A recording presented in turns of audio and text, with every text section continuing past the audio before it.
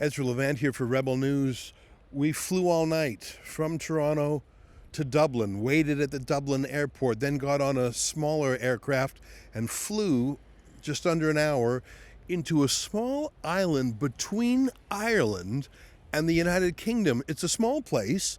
Maybe you've heard of it. It's called the Isle of Man, and that's where we're standing today. There's less than 90,000 people on the Isle of Man, and it's a lovely place, centuries old.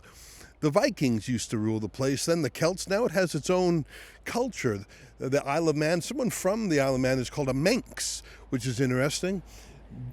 The key thing about this place, from a global perspective, is not its beauty, but its tax status. This is a place people come to when they don't want to pay tax. There's no capital gains tax, there's no wealth tax, there's no inheritance tax.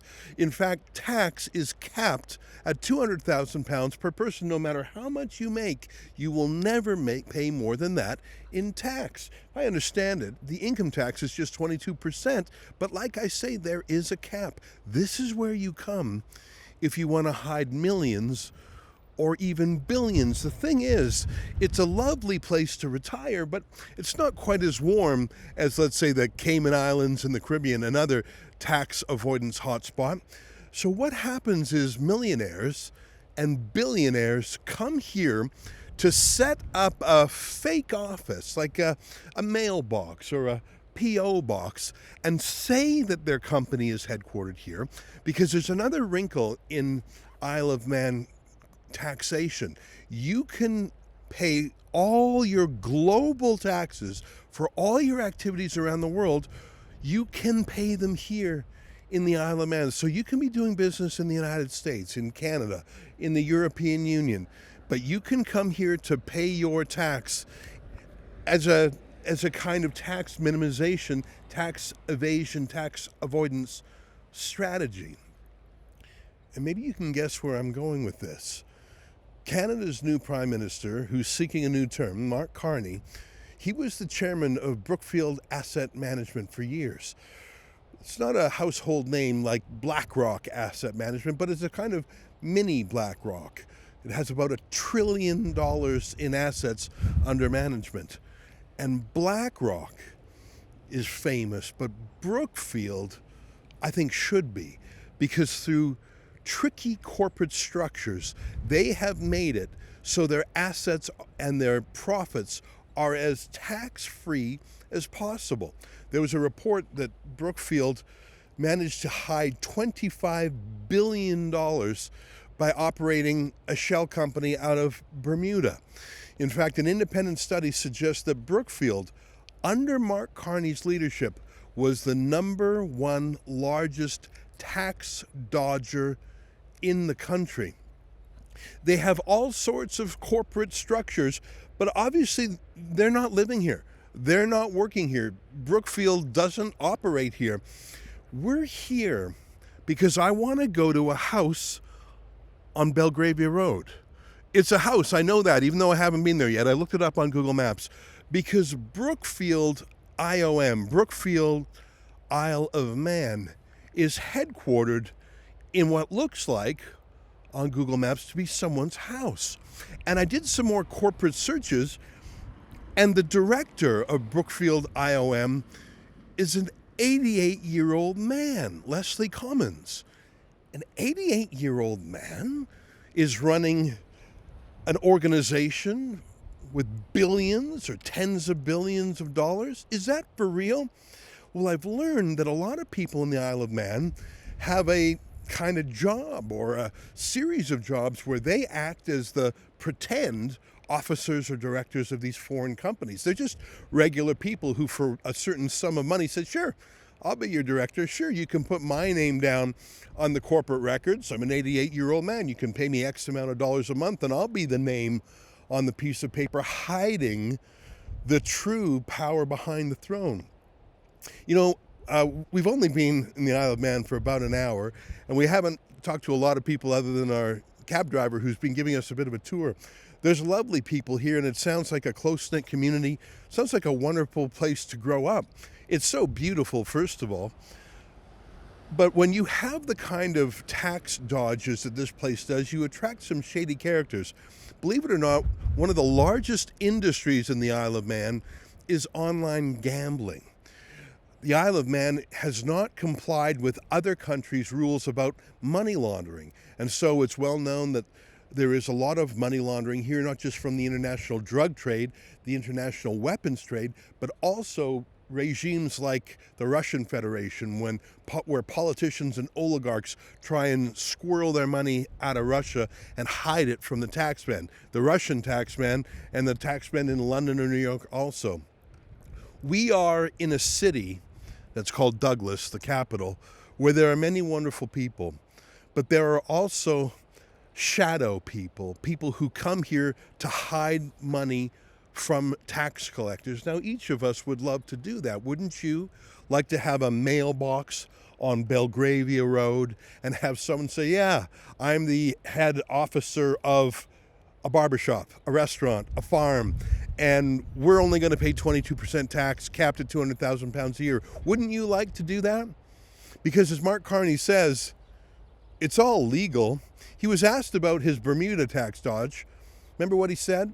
You were at the helm of a company that quite clearly registered much of its business in Bermuda to avoid paying taxes, including, as CTV News reported, registered to an address of a bike shop in Bermuda. You have said that this is the way the world works, and that in the case of pension funds, that leaves more money for pensioners.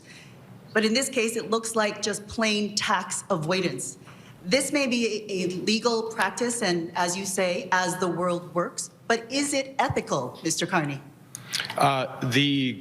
First off, I'm no longer at Brookfield. Secondly, this follows their arrangements follow the rules, including the tax rules of this country, other countries. And thirdly, as you mentioned in your question, that the structure is organized so that Canadian pension funds can get the most benefit for those pensioners, which are teachers, retired first responders, and public servants. Thank you.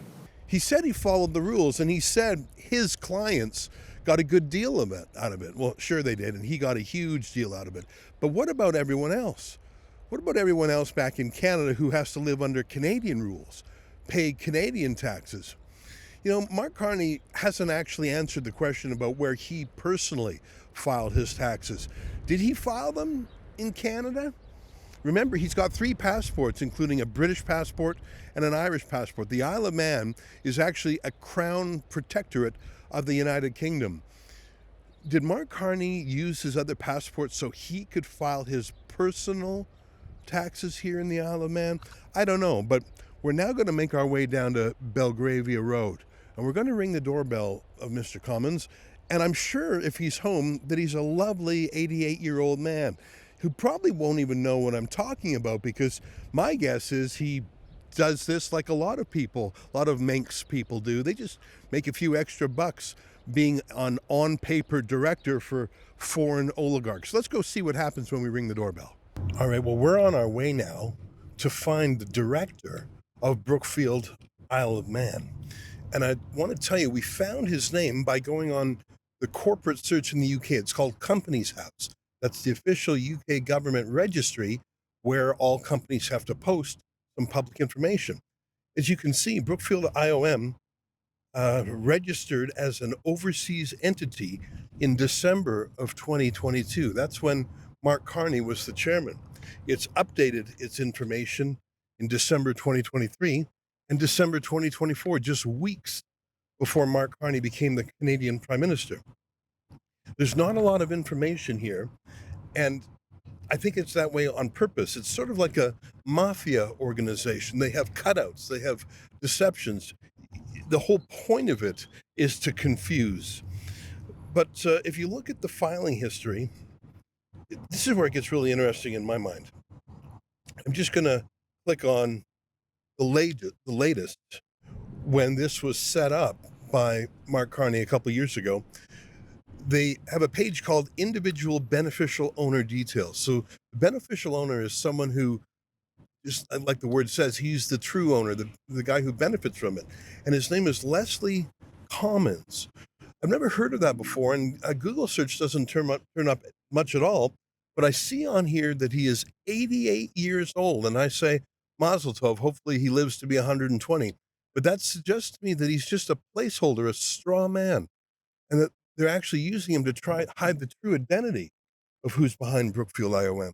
So his address is in here. It looks like a residential address, and that's a tip off right there. Brookfield has some of the most majestic imperial skyscrapers in the Western world. The fact that this looks like Mr. Commons is in a residential home tells me that he's just a straw man. But look at what is sworn to in this document, that Mr. Commons holds, directly or indirectly, more than 25% of the shares, that he holds, directly or indirectly, more than 25% of the voting rights, that he has the right, directly or indirectly, to appoint or remove a majority of the board of directors, and that he has the right to exercise, or actually exercises, significant influence or control over the entity. Is it true that 88-year-old Leslie Commons of Belgravia Road in the Isle of Man, fellow whose home we're going to right now, is it true that he is the boss of Brookfield IOM? Can that really be true? Or is this just a legal fiction set up by Mark Carney and his tricky lawyers to avoid paying taxes in Canada? You'll remember this was around the time that Mark Carney voted to move the headquarters of Brookfield out of Canada to the United States, again, for tax reasons. Let's find out. And by the way, I'm going to be super friendly to Mr. Commons, because my guess is he's just a fella who earns some pocket money by being a straw man placeholder in Mark Carney's filings. It's Mark Carney and the lawyers who crafted all this. They just needed some guy, and they found 88-year-old Mr. Commons. Let's see if we can find him. Well, we found it. Planes, trains, and automobiles half a continent away. We found the head office for Brookfield IOM, Brookfield Isle of Man.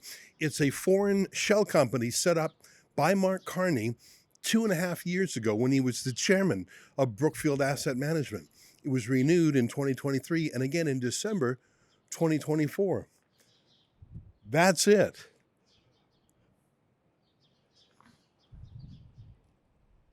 Hi. I'm Ezra. Is Mr. Commons in? I have no idea. Can I ask what you're doing? I came here from Canada to because the Canadian Prime Minister has an office here, and it's registered to Mr. Commons. Do you know who he is, Leslie Commons? He's my landlord, yeah. He's your landlord. Yeah. Do you know? He lives upstairs. I don't know if he's in or not. Oh, okay. So I pushed the button, and Then probably he's not. so he's the landlord. Flat 5. Yeah, I pushed the button there because there's a political story. I just wanted to ask him some questions about it, but you don't know if he's in. I've just come back and I'm going on holiday this afternoon. So if he hasn't answered his bell, then I presume either he's not in or I don't know. Yeah, I pushed the button 3 times, and yeah. So he's the landlord, but does he also live here? Sometimes. Yeah. Not all year round. Right. Do you know where he goes when he's not here? Like, is he in town now? I saw him last week, but I don't know if he's around now. Yeah. Okay. Well, thanks very much. And I'm not talking about you, and don't worry about it. We're just talking about the Prime Minister of Canada. Obviously, it's just because you're shooting a camera at the building. I was a bit like, Yeah, well, I'm not in the film at all, no. we'll blur your face. Okay? I just put my phone down. Okay, that's a good idea. Thank you.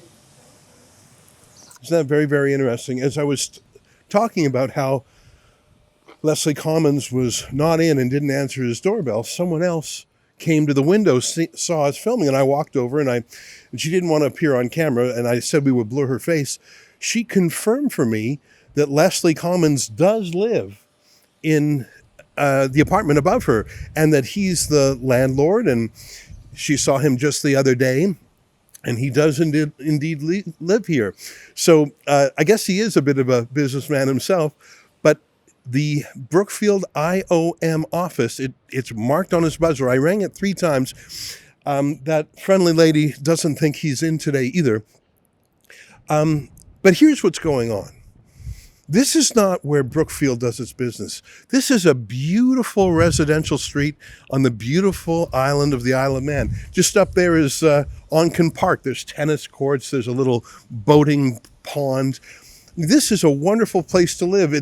It's on the ocean. It's a little chilly. It's not like being in the Caribbean, except in one way. Here's the way it's like being in the Caribbean. About 350 years ago, there was a wildness to a lot of the Caribbean, and there were little ports where pirates can go, and they weren't hunted down. Tortuga, for example, even Nassau in the Bahamas.